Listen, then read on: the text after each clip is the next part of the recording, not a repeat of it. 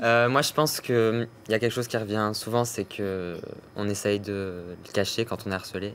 Parce que justement, on veut pas avoir cette étiquette de moi, je suis harcelé, moi, je suis victime.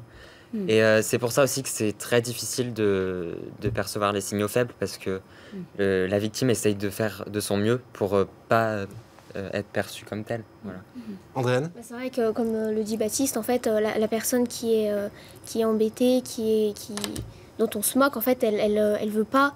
Elle le garde pour elle. Elle le garde pour elle et elle veut pas venir se plaindre parce que forcément, elle a peur que ça empire, elle a peur que les gens, justement, la traitent de boucave, comme on a utilisé le mot tout à l'heure. Et voilà, et en fait, c'est cette peur qui fait que les personnes qui sont harcelées, ce qui les pousse à se taire. Muriel Martin-Chabert, en quoi votre méthode est-elle si particulière pour essayer d'aider les enfants à sortir de la situation de harcèlement? Et comme je vous le disais, c'est de faire en sorte qu'ils redeviennent acteurs de l'interaction. Le mot de victime, je pense que vous serez d'accord avec moi, c'est une des insultes les plus fréquentes, traiter de victime. T'es qu'une pauvre victime. Ça dit tout, en fait. Nous, notre manière de faire est de considérer ce qui s'est passé, ce qu'on a essayé, parce que tout le monde essaye de sortir de ces situations-là, ou souvent, parfois en ne faisant rien, mais tout le monde se dit « je voudrais que ça arrête ». Observons ce qui se passe et qui n'a pas fonctionné et proposons quelque chose de fondamentalement différent. Et nos flèches, puisqu'on les appelle ainsi... Vous appelez ça les répliques, en fait, c'est des flèches. Vous travaillez les répliques avec les enfants victimes. Oui, parce que c'est une réplique défensive pour laquelle on a droit qu'à une fois. Il ne faut pas se tromper. Donc, un exemple? Un exemple, mais ça dépend.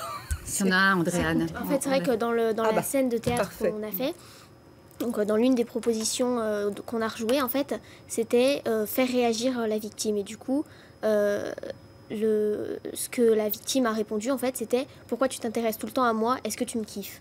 Donc c'est un des... Faire réagir le harceleur, en fait. Voilà. C'est-à-dire que la cible s'adresse au harceleur et lui dit « Mais finalement, tu me kiffes, tu t'intéresses beaucoup à moi. » Ce qui te fait réagir en disant « Bah non, pas du tout. » Et finalement, ça s'arrête. Et ça, on le fait que si l'enfant, l'élève, est consentant et d'accord. Absolument. C'est-à-dire qu'on a besoin, c'est souvent très douloureux comme consultation, parce qu'il faut vraiment que la personne harcelée nous raconte dans les détails les plus gênants, les plus honteux, les plus douloureux, ce qui se passe réellement, afin qu'on connaisse tous ces détails pour utiliser ce matériau et lui renvoyer au harceleur quelque chose de cette nature-là. Donc, effectivement, quelqu'un qui vient sans arrêt bousculer, taper, lui dire « tu me kiffes, tu peux pas te passer de moi » ou quoi, c'est une façon d'abord de reprendre la main sur l'interaction. De sortir de la peur aussi. De sortir de la peur parce qu'on change de posture. Et puis aussi de faire que tout le public alentour puisse se dire à un moment « c'est vrai, tu es toujours en train de l'embêter ».